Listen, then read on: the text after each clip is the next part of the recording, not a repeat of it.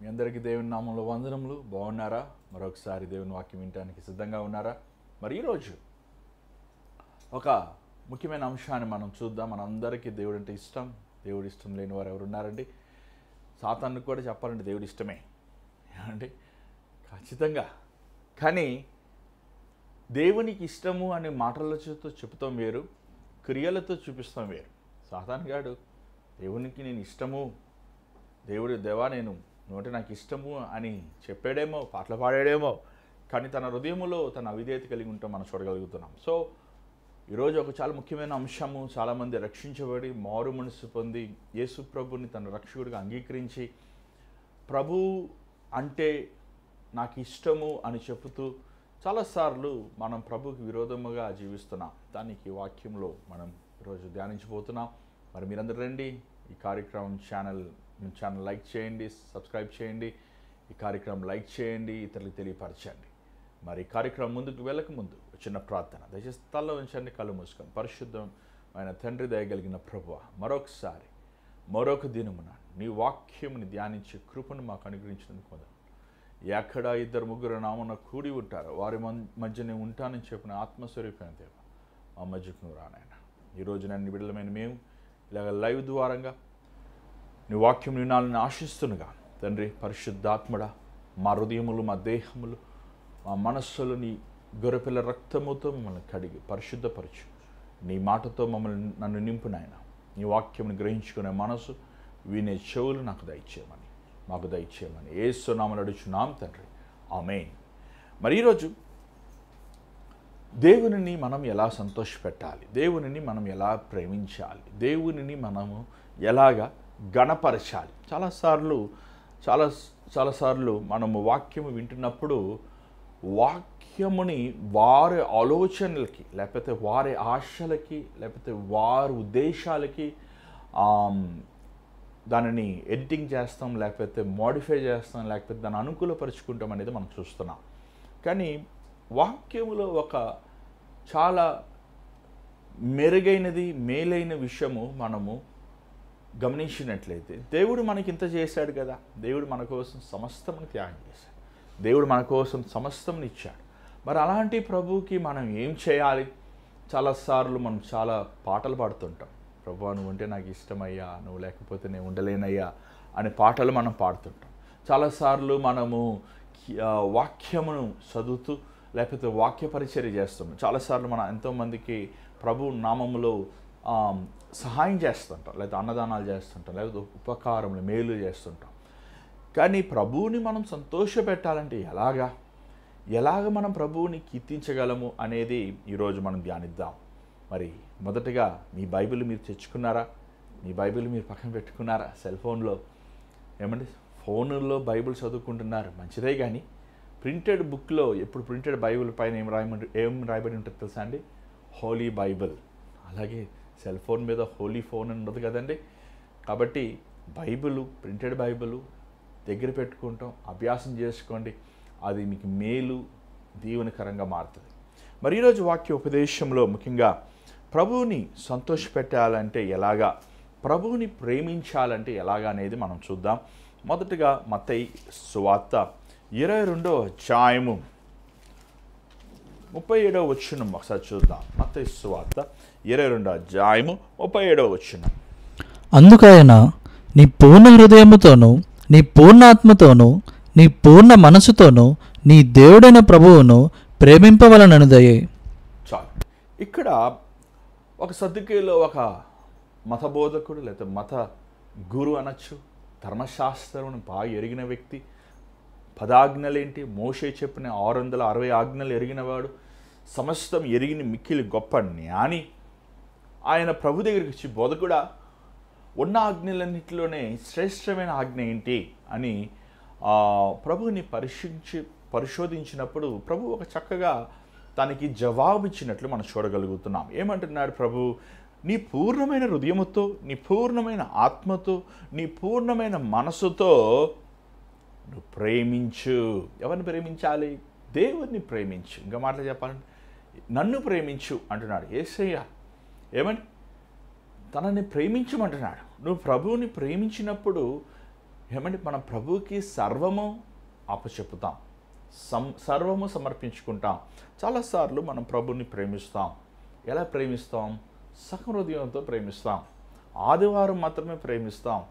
ఏమండి ఉద్యోగ సభల్లో మాత్రమే ప్రేమిస్తాం. ఉపవాస ప్రార్థనప్పుడే ప్రేమిస్తాం. కష్టం వచ్చినప్పుడే దేవుని ప్రేమిస్తాం. బాధ కలిగినప్పుడే దేవుని జ్ఞాపకం చేసుకుంటాం.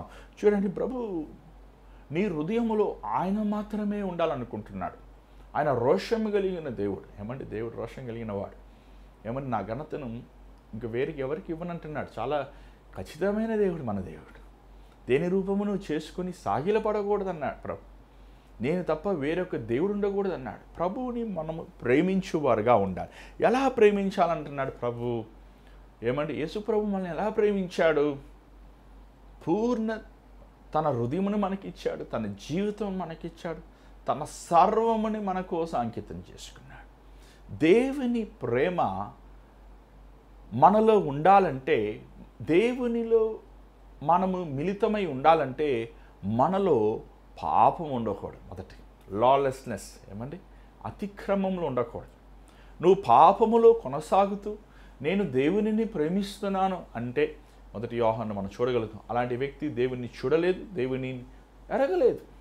ఈరోజు చాలామంది విశ్వాసులు, చాలామంది క్రైస్తవులు యేసు ప్రభుని రక్షకుడిగా అంగీకరించారు, బాప్తిసం తీసుకుని ప్రభు కోసం జీవిస్తానని తీర్మానం చేసిన వారు ఈరోజు వెనక్కి వెళ్ళిపోతాం. కారణం ఏంటంటే వారు దేవునిని సంపూర్ణమైన హృదయంతో ప్రేమిస్తలేదు. నీ హృదయం నిండా క్రికెట్ ఉంటే, నీ హృదయం నిండా సెల్ ఫోన్ ఉంటే, నీ హృదయం నిండా బాయ్ ఫ్రెండ్ గర్ల్ ఫ్రెండ్ ఉంటే, నీ హృదయం నిండా ఏమండి కొంతమంది నాకు తెలుసా అండి, క్షమించండి, పొద్దున లేచిన నేను 4 గంటలకు పుస్తకాలు తీసి చదువుకుంటారు. చదువుకున్నారు. బైబిల్ చదవాలి కదా, బైబిల్ చదవరు. దేవుని వాక్యం ధ్యానించాలి కదా, ధ్యానించరు. ఏమండి వారికి ఇవ్వబడిన సమయం అంతా ఏమండి లోక జ్ఞానముల మీద, లోక ఉద్యోగాల మీద, లోక ధన సంపదల మీద, లోకములో ఉన్న వాటి మీద హృదయాన్ని నింపుకుంటుంటారు. అలాంటి హృదయంలో ప్రభువు ఉండలేడు. నువ్వు ప్రభువుని ప్రేమించువాడువైతే ప్రభువుకి సర్వము నువ్వు అంకితం చేసుకోవాలి. నీ పూర్ణమైన హృదయము, పూర్ణమైన ఆత్మ, పూర్ణమైన మనస్సు. నీ మనస్సులో ప్రభువు ఉంటే ఒక గర్ల్ ఫ్రెండ్ కానీ, బాయ్ ఫ్రెండ్ కానీ, ఒక వ్యసనము కానీ, ఒక దుర్మార్గమైన కార్యం కానీ నీ హృదయంలో ఎలా ఉండగలదు? ఇప్పుడు ఆలోచించావా ఈ విషయాన్ని? మనం దావీదుని మనం చూస్తున్నాం. దావీదు తను దేవుని హృదయానుసారమైన వాడు అనే మాటను మనము అపోస్తలుల గ్రంథము 13:22లో మనం చూడగలుగుతున్నాం. నిజంగా దేవుడు హృదయానుసారమైన వాడా దావీదు? వాసన చెప్పాలంటే దావీదు దేవునిని ప్రేమించాడు. చెప్పాలంటే మనందరికంటే అధికముగా ప్రేమించాడు. అక్కడ చూసినట్లయితే కీర్తనలు 42 అధ్యాయము మొదటి 2 వచనంలో ఒకసారి చదువుదాం. కీర్తన 42 అధ్యాయము మొదటి 2 వచనం. దుప్పి నీటి వాగుల కొరకు ఆశపడినట్లు దేవా నీ కొరకు నా ప్రాణము ఆశపడుచున్నది. నా ప్రాణము దేవుని కొరకు తృష్ణగొనుచున్నది, జీవము గల దేవుని కొరకు తృష్ణగొనుచున్నది. దేవుని సన్నిధికి నేనెప్పుడు వచ్చేదను, ఆయన సన్నిధిని నేనెప్పుడు కనబడదను. చాలు. దుప్పి ఏమండి జింక అది దేనికోసం ఆశిస్తుంది? ఆ ఎండలో, ఆ ఎడారిలో అది పరిగెత్తి ఏమండి నీరు కోసం, జీవజలము కోసం, దాహంను తీర్చుకుంటానికి కోసం ఒక శుభ్రమైన నీరుని అది ఎదురు చూస్తుంది. అలాగే దావీదు అంటున్నాడు, అయ్యా నీ మందిరములో, నీ సన్నిధిలో. ఈరోజు చాలామంది ఏమండి సోమవారం వచ్చినట్టునే, శుక్రవారం బుధవారం, మంగళవారం వచ్చినట్టునే ఏమంటే మనము ఎదురు చూస్తున్నామా ఆదివారం ఎప్పుడు వస్తుందని? ఆదివారం మందిరానికి వెళ్తే పాస్టర్ గారు ఎప్పుడబ్బా వాక్యం ముగిస్తారు, అయ్యగారు వాక్యం ముగించారంటే వెంటనే హోటల్కి వెళ్ళిపోవాలి, లేకపోతే ఇంటికి వెళ్ళి పడుకోవాలి, లేకపోతే సినిమాలకు వెళ్ళాలి అని ఆశిస్తున్నాం. 1 గంట సేపు ఎక్కువ వాక్యం చెప్పారనుకోండి పాస్టర్ గారు, అబ్బా ఈరోజు కూడా మన బురద నేస్తున్నాడు ఈయన అంటుంటారు. వీరంతా ప్రభుని ప్రేమిస్తున్నారండి? నువ్వు ప్రభు సన్నిధిలో కనీసం ఆదివారం సమయానికి వెళ్ళలేకపోతున్నావు, దేవుని సేవకులు వాక్యం చెప్తే నువ్వు వినలేకపోతున్నావు, కన్నీటితో నువ్వు ప్రార్థన చేయలేకపోతున్నావు, కనీసం 6 దినములు నువ్వు నీకోసం నువ్వు ఖర్చు పెట్టుకున్నా 7వ దినమును ప్రభు సన్నిధిలో నువ్వు ఉండలేని దిగజారిపోయిన స్థితిలో నువ్వు ఉన్నావు కదా. నువ్వు నిజంగా దేవుణ్ణి ప్రేమిస్తున్నావా? దేవునిని ప్రేమించేవాడు దేవుని సన్నిధిలో గడుపుతాడండి సమయం. దావీదులో విశేషత అదే, దావీదులో ఉన్న ప్రత్యేకత అదే. దావీదు దేవుని సన్నిధి ఎప్పుడు వస్తుందబ్బా అంటే ఈరోజు మనం వాక్యం చదవాలంటే మనం ఫోన్ ఓపెన్ చేసినా, బైబిల్ ఓపెన్ చేసినా, లేకపోతే ఏదన్నా ఏమండి ఒక కొత్త నిబంధన పుస్తకం మనం తీసుకువెళ్ళచ్చు, చదువుకోవచ్చు. కానీ ఆ రోజు అలా కాదు. ఆ రోజుల్లో ధర్మశాస్త్రముని దాన్ని ధ్యానించాలంటే ఒకడు మందిరంకి వెళ్ళాలి. అది కూడా అందరూ సామాన్యమైన వారికి ఆ పుస్తకాలు, ఆ లేఖనాలు ఇవ్వరు. ఆ లేఖనము చదవాలంటే తను చదువుకుని ఉండాలి, లేకపోతే చదువు మనకు చెప్పేవారు ఉండాలి. దావీదు తను ఒక యవనస్తుడుగా గొలియాతును హతం చేసినప్పటికీ, పేరు ప్రఖ్యాతులు పొందుకున్నప్పటికీ, తనకి ఒక రాజు అయినప్పటికీ, ఒక అధికారి అయినప్పటికీ తన ఆశ, తన వాంఛ ఏంటంటే నేను దేవుని మందిరంలోకి వెళ్ళి దేవుని వాక్యమును ధ్యానించాలి, దేవుని వాక్యమును పఠించాలి. ఈరోజు పొద్దున్న లేసాం ఏమండి, ఇప్పుడు ఆల్రెడీ 9:30. బైబిల్ తెరిచారా? ఇద్దరు బైబిల్ చదువుకున్నారా?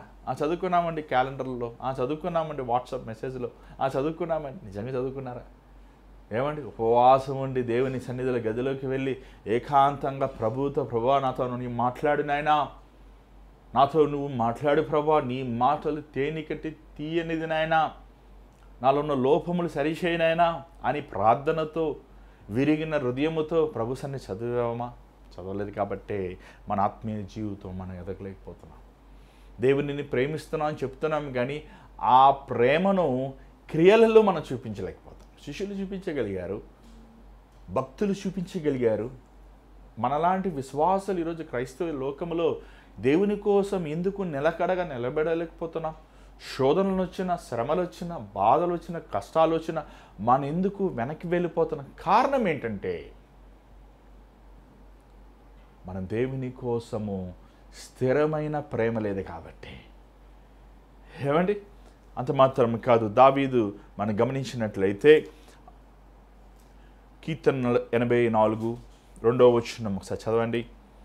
కీర్తనలు 84 2వ వచనం. యెహోవా మందిరావరములను చూడవలనని నా ప్రాణము ఎంతో ఆశపడుచున్నది, అది సొమ్మసిల్లుచున్నది. జీవము గల దేవుని దర్శించుటకు నా హృదయమును, నా శరీరమును ఆనందముతో కేకలు వేయుచున్నవి.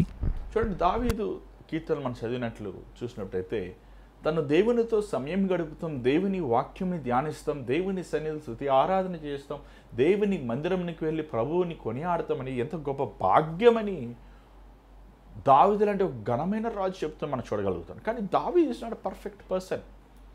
దావీదు ఎన్ని లోపములు చేశాడు?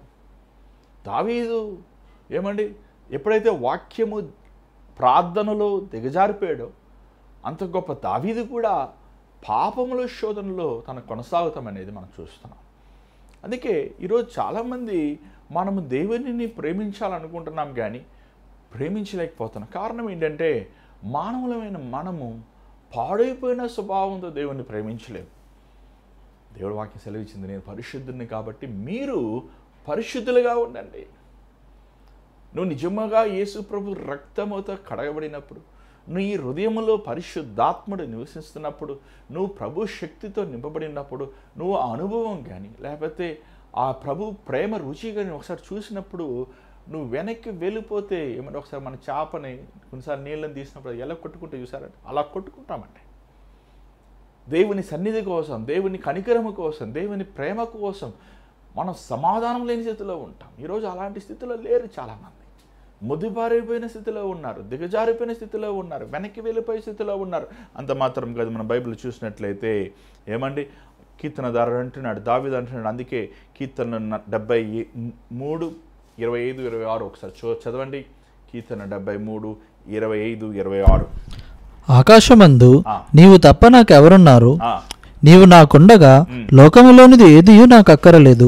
నా శరీరము నా హృదయము క్షీణించిపోయినను దేవుడు నిత్యము నా హృదయమునకు ఆశ్రయదుర్గమును స్వాస్థ్యమునై ఉన్నాడు. ఏమని చూసినట్లయితే దావీదు అంటున్నాడు, ఏమండి అయ్యా నేను అక్కడ ఏమంటే my flesh and my heart may fail. నా శరీరమును, ఈ శరీరం, మన ఆత్మ, మన శరీరం, మన హృదయము క్షీణించిపోతుంది ఖచ్చితంగా. ఇది నశించిపోయేది. నువ్వు ఎంతసార్లు దీన్ని శుభ్రం చేయి, ఎంత మేపు, దీనికి ఎంత సుఖం పెట్టు, నీ శరీరం ఒక దినమున మట్టి అయిపోతుంది. శరీరముతో మనము దేవుణ్ణి ప్రేమించలేము. చాలామంది నేను దేవుణ్ణి ప్రేమిస్తానని మందిరాలు కట్టిస్తుంటారు, ఏమైనా అన్నదానాలు చేస్తుంటారు, నీతి కార్యాలు మనుషులు ఎదుట చేస్తుంటారు. కానీ అలాంటి దేవుణ్ణి ప్రేమిస్తాను, నీతి కార్యాలు చేస్తున్నా, అవినీతి అయిన ఆలోచన కలిగి ఉన్నావు, దుర్మార్గమైన నీచమైన అసూయైన మనసు కలిగి ఉన్నావు. కానీ దేవుడు అలాంటి వాటిని మెచ్చడు కదా. నువ్వు అలాంటప్పుడు నీ హృదయం శుద్ధంగా లేనప్పుడు, నీలో పవిత్రత లేనప్పుడు, నువ్వు ఎన్ని నీతి కార్యాలు చేసినా, నువ్వు ఎన్ని మందిరములు కట్టించినా, నువ్వు ఎంతమందికి ఎంత కానుకలు పాస్టర్లకు నువ్వు పంపించినా, నువ్వు దేవుణ్ణి ప్రేమిస్తున్నానని చెప్తూ నువ్వు పాప జీవితంలో కొనసాగుతున్నావంటే నువ్వు ఎదులా దేవుని ప్రేమిస్తూ అవుతుంది. కాబట్టి ఇది సరి చేసుకోవాలి, సరిదిద్దుకోవాలి, మనం పరిశుద్ధపరచుకోవాలి. ఏమంటే ఇది చాలా ముఖ్యం. మన దేవుని ప్రేమిస్తున్నామంటే ప్రభు అంటున్నాడు యోహాను 14, 15, 23, మొదటి యోహాను 5, 3, 2 యోహాను 1, 6, కీర్తన 4:8 ఈ వచనంలో చూస్తున్నాం. దేవునిని మనం ప్రేమించే వారమైతే దేవుని ఆజ్ఞలు మనం గైకోవాలి. That's very important. నువ్వు దేవునిని ప్రేమించేవాడవైతే దేవునికి నువ్వు లోబడాలి. ప్రభు అంటాడు నాకు వేరుగా మీరు ఫలించలేరు, మీరు నాలో నేను నీలో ఉన్నప్పుడు మీ ఆనందము పరిపూర్ణమవుతుంది. మనం దేవునిలో ఉన్నప్పుడు దేవుని కోసం శ్రమలు, దేవుని కోసం నిందలు, దేవుని కోసం అవమానములు, ప్రభు నిమిత్తము ప్రయాసలు, కష్టాలు, శోధనలు మనం ఎదుర్కొంటున్నప్పుడు మన విశ్వాసమును కోల్పోక ప్రభు ఎదుటే మనం నిరీక్షణ కలిగి ఉన్నప్పుడు ఖచ్చితంగా ప్రభు మన పట్ల కృప చూపించేవాడిగా ఉన్నట్లు మనం చూస్తున్నాం. ప్రభు నేను మిమ్మల్ని ప్రేమిస్తున్నానని పరలోకం నుంచి మనకు డైలాగులు చెప్పలేదు కదా. భక్తులతో ఉత్తరములు రాసి ఏమండి లవ్ లెటర్స్ రాసి వెళ్ళిపోలేదు కదా. ఆయన తన సింహాసనముని దిగి వదిలేశాడు. పరలోకమున మహిమను వదిలేసి సింహాసనం వదిలివేసి సమస్తము రిత్తుడుగా అయ్యి సమస్తమును మన కోసం పోగొట్టుకుని మనవలే జీవించి మనవలే సామాన్యుడిగా బ్రతికి పాప బీజము లేనివాడుగా పవిత్రుడుగా పరిశుద్ధుడిగా ప్రతి ఆదాము స్వభావంని జయించి ఆ పరలోకములో దేవుని ఉగ్రతని, ఆ భయంకరమైన దేవుని శాపముని మన కోసము ఆయన తాగి సమాప్తమైనది, ఇదిగో నా ఆత్మని ఎద్దు నీకు అప్పచెప్తున్నాను తండ్రి అని ప్రభు తన్ను తాను మన కోసం రిత్తును చేసుకున్నాడండి. ఈరోజు అలాంటి ప్రేమ ప్రభు పట్ల నీకు ఉందా? ఏం నష్టపోతున్నావు ప్రభు కోసం? ప్రభు కోసం నువ్వు ఏం పోగొట్టుకుంటున్నావు? నీ సుఖమును పోగొట్టుకుంటున్నావా? ప్రభు కోసం నీ ధనాన్ని పోగొట్టుకుంటున్నావా? నీ సమయాన్ని పోగొట్టుకుంటున్నావా? నీ బలమును పోగొట్టుకుంటున్నావా? నీ ఆశలు, నీ కోరికలను పోగొట్టుకుంటున్నావా? ఈరోజు గమనించాను. రెండోదిగా దేవుని ప్రేమించాలంటే మనం అక్కడ చూస్తున్నాం, నీ పొరుగు వాడిని ప్రేమించండి. ఇది చాలా ఇంపార్టెంట్ అండి. నేను దేవుని ప్రేమిస్తానని చెప్తూ నీ పొరుగువాడితో నువ్వు సమాధానం ఉండగలుగుతున్నావా? ఈరోజు భార్య తన భర్తని ప్రేమించలేకపోతుంది, భర్త తన భార్యను ప్రేమించలేకపోతున్నాడు, సహోదరుని ప్రేమించలేకపోతున్నాడు, అత్త కోడలు మామగారు అల్లుడు గొడవలు. ఈరోజు సమాజంలో కొట్లాట్లండి. సమాజంలో ఎదుటివాడి వ్యక్తితో ప్రాంతము, కులము, మతము, ఈ విభేదాలతో మనుషుల్ని మనం ద్వేషిస్తున్నాం కదా. ఏమన్నాడు ప్రభు? నీ పొరుగువాడు నిన్ను వలే నువ్వు ప్రేమించు. నువ్వు తప్పు చేసినప్పుడు నిన్ను క్షమించుకుంటున్నావు కదా, నువ్వు పొరపాటు చేసినప్పుడు నిన్ను సరిదిద్దుకుంటున్నావు కదా, నిన్ను నువ్వు సమాయించుకుంటున్నావు కదా.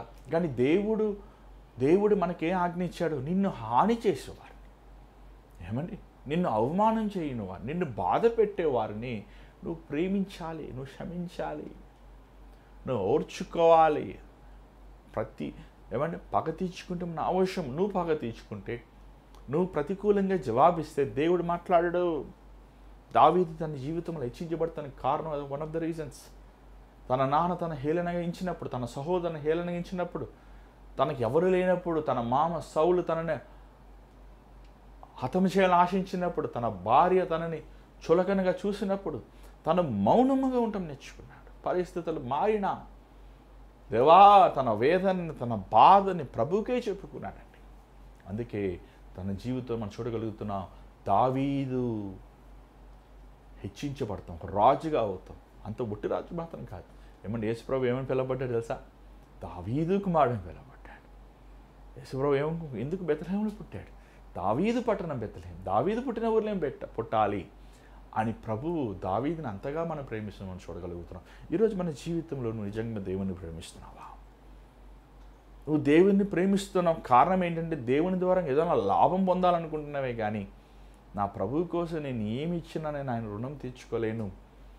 నా ప్రభువు నా కోసం సర్వం ఇచ్చాడు, నా ప్రభువు నేను నమ్మకంగా ఉండాలి, ఎన్ని కష్టములైనా, ఎన్ని బాధలైనా, ఎన్ని అవమానాలైనా నా దేవుని చెప్పినట్లు నేను జీవించాలి అని నువ్వు ఆశిస్తున్నావా? మోషే మనం చూడగలుగుతున్నాం. ఏమండి, ఐగుప్తులో ఉన్న ధనము, ఘనత, ఆ ప్రవీణత ఏమండి క్రీస్తు కోసం అవన్నీ నష్టమని ఎంచినట్లు మనం చూడగలుగుతాం. దేవుని బిడ్డలతో ప్రయాసం భాగ్యమని ఎంచుకున్నాడు. పౌలు మనం చూస్తున్నాం. పౌలు ఎంతో గొప్ప వ్యక్తి, గమాలీయేలు పాదం దగ్గర చదువుకున్న వ్యక్తి, ఒక రోమా పౌరుడు, ధనవంతుడు, ఒక మంచి అధికారి, సద్దుకాయలో ఒక మెంబర్ ఆఫ్ కౌన్సిల్, ఏమంటే ఒక నాయకుడు. కానీ దేవుని నిమిత్తము సమస్తమును పోగొట్టుకుని శ్రమలో ఒక ఘనతగా, శ్రమలో ఒక భాగ్యమా అంటాడు రోమీయులకు రాసిన పత్రిక 8వ అధ్యాయంలో, ప్రభా నీ ప్రేమ నుంచి నన్ను ఏది వేరు చేయగలదు? మరణమా, దేవదూతల, అక్కడ ఎన్నో ఉంటాయి, కరువా, వేదనల, బాధల, అవమానంలా. ఈరోజు నువ్వు దేవుడిని ప్రేమిస్తున్నావు కానీ ఆ ప్రేమను నువ్వు క్రియల్లో చూపించగలుగుతున్నావా? పరిశుద్ధంగా ప్రభు కోసం బ్రతుకుతున్నావా? లేకపోతే ఇప్పుడైనా రా ప్రభుని అడుగు, ప్రభా నా హృదయాన్ని మార్చు. ఏమండి, ఈ పాప హృదయంతో మనం ప్రభుని ప్రేమించలేము, ఈ పాప మనసుతో మనం ప్రభుని ప్రేమించలేము, ఈ పాప శరీరముతో మనం ప్రభువుని ప్రేమించలేము. యేసు ప్రభు రక్తము మనల్ని నూతన పరిచేది, పరిశుద్ధపరిచేది, మనల్ని కడిగేది, మనల్ని బాగు చేసేది. ఈరోజు నీ జీవితం ఏసెక్కిస్తావా? దయచేసి స్థాయిలో ఉంచండి, చిన్న ప్రార్థన చేద్దాం. పరిశుద్ధమైన తండ్రి, దయగల ప్రభా, అనేకసార్లు నేను ప్రేమించాలని ఆశిస్తున్నాం కానీ మాలో యథార్థమైన ప్రేమ లేదు నాయన. మాలో నీ దగ్గర నుంచి ఏదైనా లాభం పొందాలని, నీ ద్వారా మేము ఏమన్నా సంపాదించుకోవాలని, లేకపోతే నీ ద్వారా మేమేదో ఆ దీవెన ఆశీర్వాదం పొందుకోవాలని లోకరీతి అయిన వస్తువుల్ని మేము దగ్గర నుంచి ఆశిస్తున్నామయ్యా. అవునయ్యా, మమ్మల్ని క్షమించిన ఆయన. నువ్వు మా కోసం ఏమై చేస్తున్నావు? మీకోసం, మా కోసం ఆ కల్వరి సిలువలో నువ్వు సమస్తం నష్టపోయావయ్యా. నువ్వు ఏమై ఉన్నావు? నువ్వు ఎంతో ఘనమైన వాడు, ఎంతో గొప్పవాడు. మా కోసమునైనా శ్రమను, అవమానమును, నిందని, బాధని భరించావు తండ్రి. దేవా, ఈరోజునైనా నిన్ను ప్రేమించేవారుగా చేయనైనా మా ఉద్యోగం కంటే, మా కుటుంబం కంటే, మా సుఖము కంటే, మా ధనము కంటే, మా గౌరవం కంటే నువ్వు ముఖ్యము నాయన. నువ్వు చెప్పిన అడుగు జాడల్లో మేము నడుస్తూ, నీ ఆజ్ఞలు పాటిస్తూ అంత వరకు నమ్మకస్తులుగా జీవించే కృపను మనం దయచేయి. మా లోపములు ఎరిగిన వాడివి, మా బలహీనతలు ఎరిగిన వాడే, మాలో ఉన్న అయా నిరాశను ఎరిగిన వాడు. అనేకసార్లు మేము ఆశిస్తున్న ఆశ కలగైపోతుంది అయ్యా. మాకు శక్తిని దయచేయనైనా యథార్థముగా సత్యమైన హృదయమును కలిగి పరిశుద్ధమైన జీవితం నీ కోసం జీవించేవారు ఉండటానికి సహాయం చేయి. పొరుగు వారిని క్షమించేవారు, ఇతరులని సహించేవారు, ఓర్చుకునేవారు ఉంటారు కృప చూపించమని, వెతబడిన వాక్యంని దీవించి ఆశీర్వదించమని, ఈ చేతి మీద మళ్ళీ రేపు కలుసుకునే కృప చూపించమని యేసు నామములో అడుగుచున్నాం తండ్రి, ఆమేన్. మరి ఈరోజు దేవుడి మీతో మాట్లాడండి, మరి తెలియపరచండి. మీ ప్రార్థన అవసరాలు దయచేసి గమనించండి. స్క్రీన్ మీద కనబడుతున్న నెంబర్ 8939392139 నెంబర్కి మీ ప్రార్థన అవసరతలు వాయిస్ మెయిల్ ద్వారంగా, లేకపోతే ఫోన్ కాల్ ద్వారంగా, లేకపోతే SMS ద్వారంగా, లేకపోతే వాట్సాప్ ద్వారా మీరు పంపించవచ్చు. మరి మీరు చాలామంది నాతో మాట్లాడాలని ఆశిస్తున్నారు. మరి మీరు నాతో మాట్లాడాలంటే నేను వాట్సాప్లో అదే నెంబర్లో వాట్సాప్లో ఉంటాను. మీరు వాట్సాప్ వాయిస్ మెయిల్ కానీ లేకపోతే టెక్స్ట్ మెసేజ్ కానీ పంపించవచ్చు. పంపిస్తే నేను మీతో మాట్లాడడానికి ఇష్టపడుతున్నాను. మీకోసం ప్రార్థిస్తానికి కూడా నేను లభ్యమవుతున్నాను. ఈ విషయాన్ని మీరు గమనించండి. అంత మాత్రం కాదు, ఈ భారమైన పరిచర్లు దేవుడు మిమ్మల్ని ప్రేరేపిస్తే మీ గూగుల్ మీ విరాన్ని పంపించవచ్చు. స్క్రీన్లో కనబడుతున్న Google pay, PhonePe account numbers ద్వారా ఈ పరిచర్లో మీరు పాలు పొందొచ్చు. ఈ విషయం గమనించండి. మీరు పంపించే ప్రతి కానుక ప్రభు సేవలు నమ్మకం వాడుతుంది. దేవుని చిత్తం మీద కలుసుకుందాం. అంత God bless you. Good night.